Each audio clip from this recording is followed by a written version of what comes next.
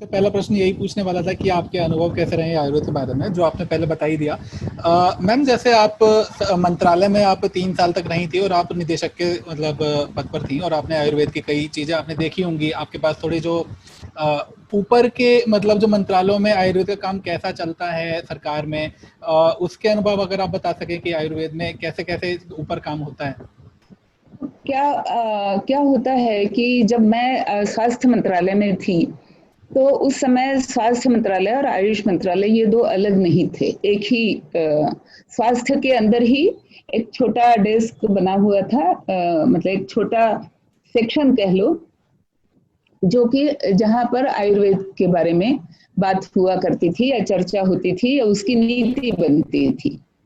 और उसी के अंतर्गत एक निदेशक का पद था, डायरेक्टर ऑफ नेचुरोपैथी, उसमें मैं डायरेक्टर थी। लेकिन भारत में जो नेचुरोपैथी होती है वो आयुर्वेद से बहुत ज्यादा उसको हम अलग करके नहीं देख सकते हैं। तो इसलिए वो 3 साल जो थे वो मेरे पास बहुत अच्छा मौका था, जब मैंने अपने आयुर्वेद के ज्ञान को बहुत अच्छी तरह से बढ़ाया। मतलब पहले से ही, जैसे मैंने कहा कि इंद्रदेव बाबू के चलते मेरी रुचि तो थी ही, लेकिन यहाँ आने के बाद मैंने उसकी पूरी नीतियां क्या हैं, भारत सरकार की सोच क्या है, लोगों की परेशानियां क्या हैं, लोगों की स्थिति क्या है, जो आयुर्वेद के जो प्रैक्टिशनर्स हैं उनकी स्थिति क्या है, ये पूरा मुझे देश भर में घूम के देखने का मौका मिला। और एक किस्सा मैं पहले बताना चाहती हूँ, फिर मैं अपने मूल बात पे आती हूँ कि हमारे सेक्रेटरी थे श्री मिश्रा जी। वो एक बार कहीं फॉरेन से लौटे और फिर वो एक मीटिंग में अपने अनुभव शेयर कर रहे थे। तो उन्होंने कहा कि अमेरिका में वो एक ऐसे हार्ट सर्जन, कार्डियक सर्जन से उनकी मुलाकात हुई, और उस कार्डियक सर्जन में उन्होंने ये विशेषता देखी कि हालांकि वो बंदा कार्डियक सर्जन है, अगर वो सर्जरी करता है तो उसको ज्यादा पैसे मिलते हैं, ये बिल्कुल मानी हुई बात है। फिर भी उसके पास जब भी कोई हार्ट का पेशेंट आता है तो उसे वो पहले कहता है कि पहले तुम 15 दिन या 1 महीना मेरे साथ बैठ करके योग और प्राणायाम और आसन सीखो, वो करो। मैं सोचा कि तुम्हारा ऑपरेशन आवश्यक है या नहीं है।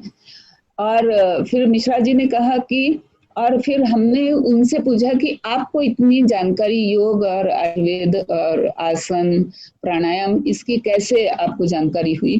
तो उस डॉक्टर ने कहा कि वो 10 साल का था तब से वो हार्ट पेशेंट रहा है, और उसे किसी भारतीय जानकार व्यक्ति ने उसे सिखाया योग प्राणायाम आसन तीनों, और वो बिल्कुल ठीक हो गया। फिर बड़ा होकर के वो डॉक्टर भी बना, कार्डियक सर्जन भी बना। तो उसने अपने लिए ये नियम बनाया हुआ है कि मेरे पास जो भी पेशेंट आएगा, पहले मैं उसको योग आयुर्वेद आसन प्राणायाम इन 4 वस्तुओं के उपाय से मैं उसको ठीक करने का प्रयास करूंगा, और अगर बहुत जरूरी हुआ तो मैं उसका ऑपरेशन करूंगा। तो ये कह करके हमारे सेक्रेटरी महोदय कहने लगे कि देखो, फॉरेन के लोग आते हैं, सीख लेते हैं, उसका उपयोग भी करने लगते हैं, पर हमारे देश में ऐसा कुछ नहीं हो पाता है। तो ये मुझे लगा कि वो स्वास्थ्य मंत्रालय की एक तरह से कमी ही बता रहे थे कि आखिर कुछ ना कुछ तो स्वास्थ्य मंत्रालय की नीतियों में ऐसी कमी है, जिस कारण से ये बातें हमारी उपयोगी होते हुए भी हम सर्टिफिकेट ढूंढते हैं कि कोई विदेश में बैठा व्यक्ति कह दे कि हाँ ये अच्छा है, तब हम अच्छे होंगे। हम अपने बलबूते पे कहना नहीं जानते कि हम अच्छे हैं। तो ये जो आत्मगौरव जो हम भूलते जा रहे हैं, ये मेरे लिए मुझे लगता है कि एक चिंता का विषय है। और क्यों आयुर्वेद आगे नहीं आ पा रहा है, इसमें कहीं ना कहीं ये जो हमारी आत्मग्लानि का जो बोध है, जहां हम अपने ज्ञान को हम समझते नहीं हैं या मानते नहीं हैं, हम अपने ज्ञान का सर्टिफिकेशन दूसरों से चाह रहे हैं, ये मुझे लगता है कि हमारे लिए एक कमजोरी का विषय है। और आज भी जब मैं देखती हूँ अलग है, तो कहना तो नहीं चाहिए क्योंकि आखिरकार अपनी ही सरकार है, अपना ही देश है, अपने ही लोग हैं, लेकिन फिर भी मैं एक बात कहना चाहती हूँ कि स्वास्थ्य मंत्रालय जो है वह देश के नागरिकों के स्वास्थ्य की चिंता करने के लिए बना हुआ मंत्रालय है। आयुष मंत्रालय जो है वह देश के नागरिकों के स्वास्थ्य की चिंता के लिए नहीं बना है, ऐसा वहां के लोग समझते हैं और सरकार भी समझती है।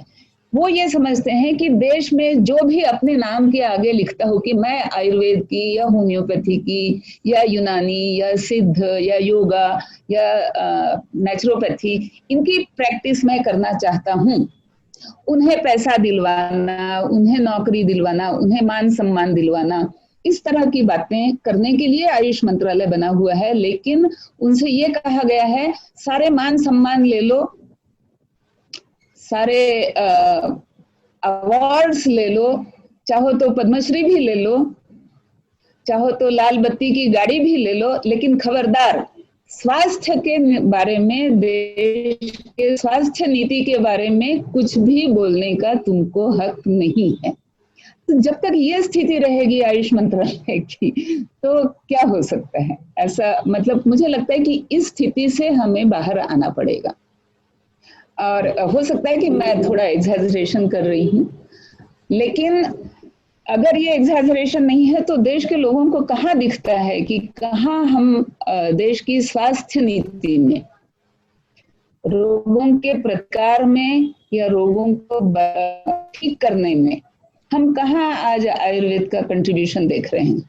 हम देखते हैं कि हाँ, जो प्राइवेटली जो लोग आयुर्वेद की प्रैक्टिस करते हों, होम्योपैथी की करते हों, यूनानी सिद्ध वगैरह की प्रैक्टिस करते हों, वो अगर अपने बलबूते पे बहुत ज्यादा यशस्वी हो जाते हैं तो सरकार उनका सम्मान करने के लिए उन्हें पद्मश्री वगैरह दे देती है।